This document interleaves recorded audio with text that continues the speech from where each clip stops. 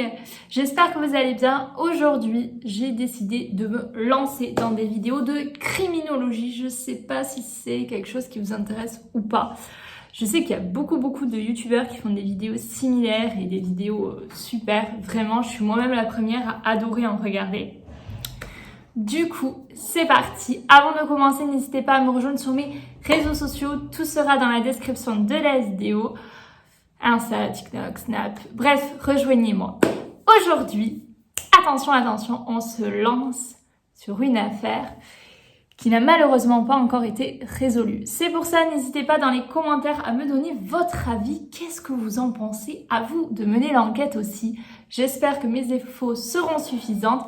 Tous les liens seront dans la description. C'est parti, aujourd'hui nous allons parler d'une enquête qui date du 15 janvier 1947. Ouais, ça date quand même un petit peu quand même cette affaire. Pourquoi tu nous parles de ça maintenant alors que ça date? Du Dahlia Noir fait référence au meurtre non élucidé d'Elizabeth Short, une jeune femme américaine surnommée depuis Dahlia Noir. En anglais, Black Dahlia. Entre parenthèses, le dahlia est accessoirement aussi une fleur. C'est une fleur à la base. Tu vois, t'as capté, c'est comme ça quoi. À ce propos, on ne sait toujours pas pourquoi on l'a nommé Dahlia Noir, puisqu'au final, le dahlia, c'est une fleur qui est noire, effectivement. Mais pourquoi avoir fait référence à cette femme? Bref, à vous de donner vos théories aussi en commentaire. Pourquoi avoir donné ce nom de fleur à cette femme, à cette enquête? Dahlia sorti sur Canal+, donc je vous invite vraiment à aller le regarder. Je n'ai malheureusement pas Canal+, je l'ai malheureusement pas regardé et vraiment je trouve ça dommage. Il est sorti le 8 novembre 2006 et il est encore à l'heure actuelle toujours dispo. Donc je vous invite vraiment à aller le regarder, à mon avis il doit être super. Et vous me raconterez du coup en DM sur mon Insta, je passe au passage pour ma petite pub. Comme ça vous me donnerez vos avis en DM pour me dire du coup si vous l'avez vu et s'il y a des petites infos supplémentaires. Il y a également un livre qui sera dispo que je vous en parlerai davantage dans la vidéo plus tard. Puisque du coup, entre le moment où je filme cette vidéo et le moment où j'aurai reçu le livre, j'aurai eu beaucoup plus d'infos. Le corps d'Elizabeth Ann Short a été retrouvé atrocement mutilé, coupé en deux au niveau du bassin et vidé de son sang dans un terrain vague de Los Angeles le 15 janvier 1947. Âgée de 22 ans, Elizabeth Short s'était installée à Hollywood dans le but de devenir actrice. De nombreuses spéculations et a inspiré des ouvrages ainsi que des films de fiction et documentaires, des jeux vidéo, des titres musicaux, etc. Bref, ça fait référence à plein de choses et d'ailleurs, encore une fois, un film est dispo sur Canal+. N'hésitez pas à aller le voir parce que moi, malheureusement, j'ai pas Canal+, je suis dégoûtée. Vraiment, ça aurait pu mettre ailleurs aussi quand même parce que du coup, je l'ai pas vu. Je suis dégoûtée. Enfin, du coup, entre-temps, j'aurais lu le livre donc tant mieux. Maintenant, nous allons faire la biographie de la victime. Qui est cette jeune femme? S'est passé, mais qui est-elle? Short est née dans le quartier de Hyde Park à Boston, dans le Massachusetts, le 29 juillet 1924.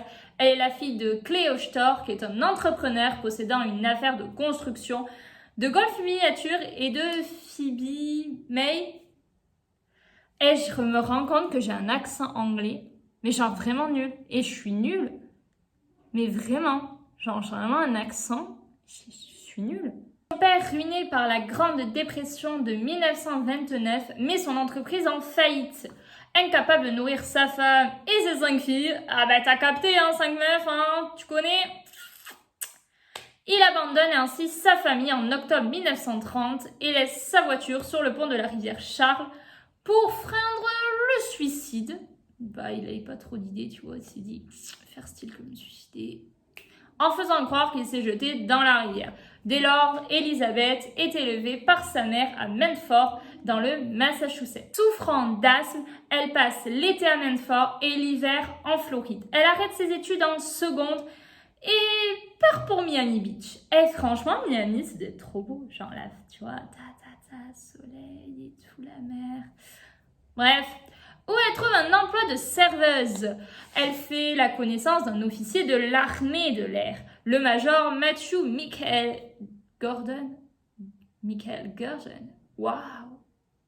C'est classe quand même. Matthew Michael Gordon. Ouais, enfin, c'est juste Matthew Michael, quoi, en fait. C'est pas ouf en français. qui lui proposa alors de l'épouser et qui mourra en Inde dans un accident d'avion le 10 août 1945. Ah, la love story doit être dure quand même. Hein. Oh, elle était si jolie comme femme. Oh là là, magnifique. Magnifique. Dites-moi d'ailleurs dans les commentaires, toujours et encore vos théories face à tous les éléments que je suis en train de vous dire. Dites-moi en commentaire et surtout si vous savez des choses supplémentaires. N'hésitez pas à me les dire en commentaire. Ça, moi j'adore gratter des infos. Et abonne-toi à mon Insta aussi au passage. Je continue ou je continue pas? En rêvant de faire carrière au cinéma, elle part pour Vallejo. Je crois que ça se prononce comme ça. En Californie. Vallejo. Je crois que ça se prononce comme ça, non?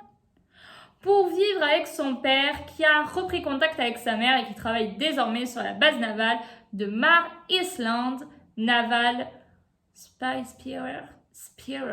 Waouh! Vraiment, faut vraiment que... Là, dès que la vidéo sera postée, il faut vraiment que je revoie mon accent. Parce que là, ça va pas du tout. Hein. Ça parle d'enquête, mais ça va pas du tout.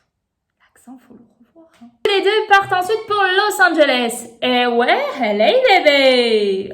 Vraiment, c'est une destination, j'aimerais bien y aller un jour. Dites-moi en commentaire si vous êtes déjà parti à Los Angeles. Bref, au début de l'année 1943, selon un témoignage, elle quitte son père avec qui elle avait des rapports difficiles et assez conflictuels. Hein. Avec le daron, c'était compliqué. Je vois, souvent c'est compliqué avec les darons d'ailleurs, je sais pas pourquoi. Pour trouver un travail de caissière dans un magasin de l'armée à Camp Cooker. Aujourd'hui, Vanderburger Force Base, près de Lompoc en Californie. Elle part ensuite pour Santa Barbara où elle est arrêtée le 23 septembre 1943 pour consommation illégale d'alcool par une mineure.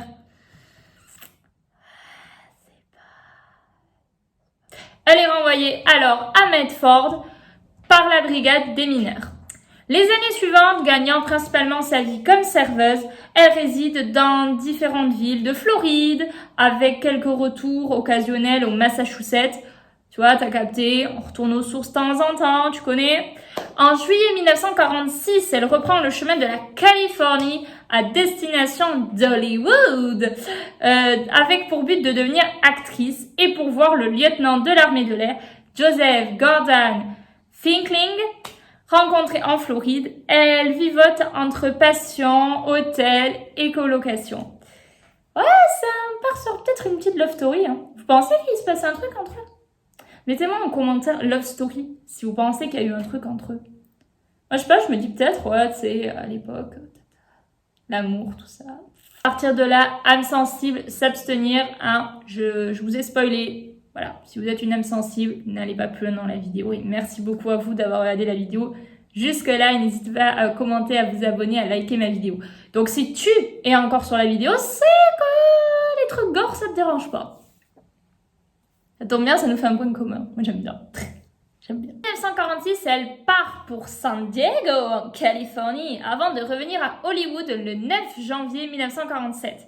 Le 15 janvier 1947, son corps, coupé en deux au niveau de la taille et vidé de son sang, est retrouvé dans un terrain vague de Los Angeles. Des traces de mutilation sont également visibles sur ses cuisses, sa poitrine et sur sa bouche entaillée, de la commissure jusqu'à l'oreille. Ouais, ça... c'est quand même pas mal. Ces traces et les marques sur ses poignets indiquent qu'elle a été attachée et longuement torturée avant de mourir. Ouais.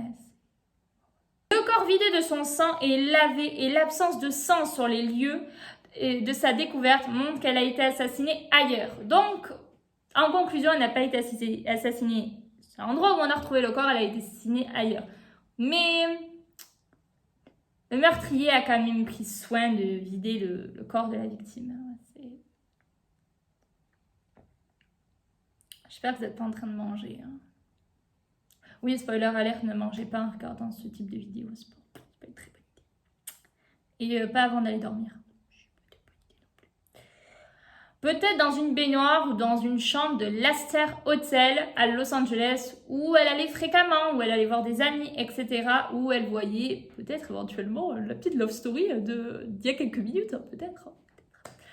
puis transporté dans le terrain vague dans une grosse voiture noire non identifiée.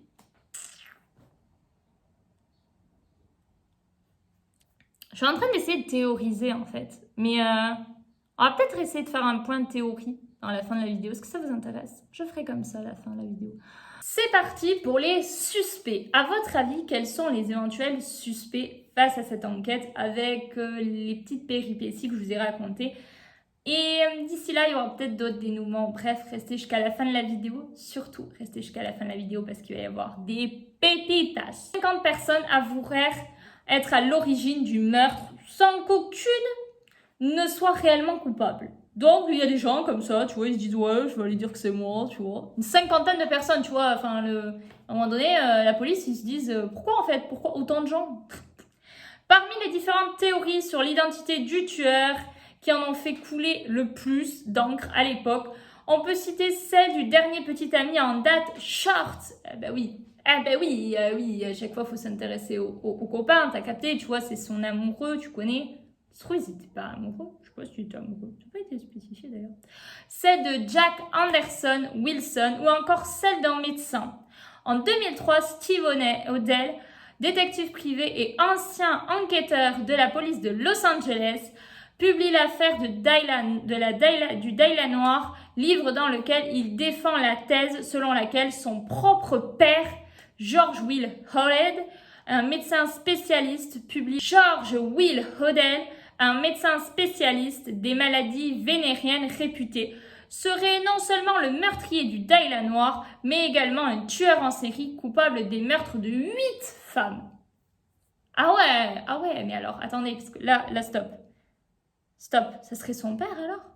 Est-ce que ce crime est l'œuvre d'un serial killer surnommé le boucher de Cleveland?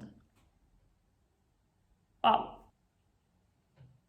Vous en pensez en commentaire? Est-ce que la théorie du père est possible? Ou est-ce que ça serait dans ces cas-là un tueur en série? Dites-moi dans les commentaires. Alors, vous avez deux manières de le dire. Si vous êtes pour l'option père, vous mettez papa dans les commentaires. Et si vous êtes pour l'option serial killer, ben vous mettez serial killer. Waouh, avec une très très grande originalité. N'oubliez pas les amis qu'un film est disponible sur Canal+.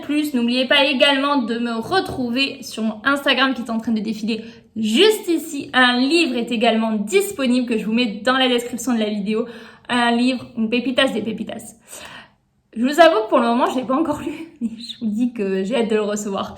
Et quand je l'aurai reçu, je vous donnerai plein d'infos supplémentaires sur mon Insta, donc c'est très important de me rejoindre sur mon Instagram. J'ai aussi un Twitter dédié uniquement à la lecture, puisque je suis une fan incommensurable de lecture. Mon Snap, mon TikTok, tout est dispo. Si tu as regardé la vidéo jusqu'à la fin, n'hésite pas à mettre Elisabeth, puisqu'au final, c'est son prénom. Grosse pensée à cette jeune femme, à toute sa famille, à son entourage, qui a également vécu cette chose absolument abominable. Donc, grosse pensée à elle. Prenez bien soin de vous. Faites attention à vous. Et soyez méfiants. Mais genre vraiment